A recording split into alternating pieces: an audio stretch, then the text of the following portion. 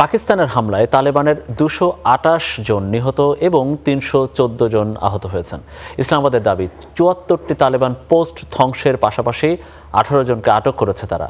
আর এর বিপরীতে পাকিস্তানের ২৭ জন আহত হয়েছে বলেও স্বীকার করেছে দেশটির সামরিক বাহিনীর মুখপাত্র। এর আগে আফগানিস্তানের বিরুদ্ধে উন্মুক্ত যুদ্ধ ঘোষণা করে ইসলামাবাদ। তীব্র নিন্দা জানিয়েছে ভারত।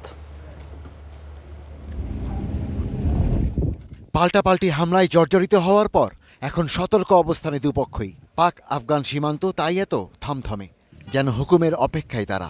আবারও যে কোনো সময় শুরু হতে পারে গোলাগুলি।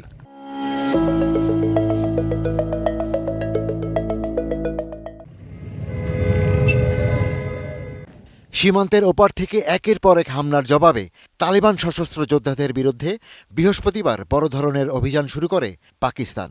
ইসলামাবাদ এর নাম দিয়েছে অপারেশন গুজব লিল হক।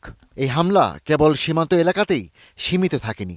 কান্দাহার ও পক্তিয়ায় সামরিক স্থাপনা লক্ষ্য করে হামলা চালিয়েছে পাকিস্তান। এমনকি রাজধানী কাবুলেও চালানো হয়েছে ড্রোন হামলা। ব্যাপক হতাহতের পাশাপাশি তছনছ হয়ে যায় ৭৪টি তালেবান সীমান্ত চৌকি ও অসংখ্য স্থাপনা। আফগানিস্তানের সার্বভৌমত্ব লঙ্ঘন করে পাকিস্তানি সেনাবাহিনীর এমন হামলার কঠোর নিন্দা জানিয়েছে ভারত। দেশটির বৈদেশিক সম্পর্ক বিষয়ক মন্ত্রী রণধীর জয়সওয়াল এক্স হ্যান্ডেলে এক বিবৃতিতে জানান, হামলায় নারী ও শিশুসহ অনেক বেসামরিক মানুষের মৃত্যু হয়েছে। এর মাধ্যমে পাকিস্তান রমজান মাসের পবিত্রতা নষ্ট করেছে বলেও অভিযোগ করেন তিনি। যদিও সেনাবাহিনীর এই পদক্ষেপের প্রতি পূর্ণ সমর্থন জানিয়েছেন পাকিস্তানের প্রেসিডেন্ট, প্রধানমন্ত্রী সহ প্রায় সবকটি রাজনৈতিক দলের নেতারা। এর প্রশংসা করেছে অনেক সাধারণ পাকিস্তানিও। এটি একটি ইতিবাচক অগ্রগতি। যারা গোপনে হামলা চালিয়েছে তাদের এখন এর পরিণতি ভোগ করা উচিত। এটাই সঠিক সিদ্ধান্ত এবং তারা সঠিক কাজই করেছে। আমাদের পাকিস্তানি সেনাবাহিনী খুব ভালো কাজ করেছে। পাকিস্তান সঠিক কাজই করেছে। আফগানরা হামলা চালাচ্ছিল, তাই পাকিস্তানের পাল্টা জবাব দেওয়া ভালো হয়েছে। এদিকে আতঙ্ক উদ্বেগের মধ্যে বাস করছে পাক আফগান সীমান্ত এলাকার বাসিন্দারা।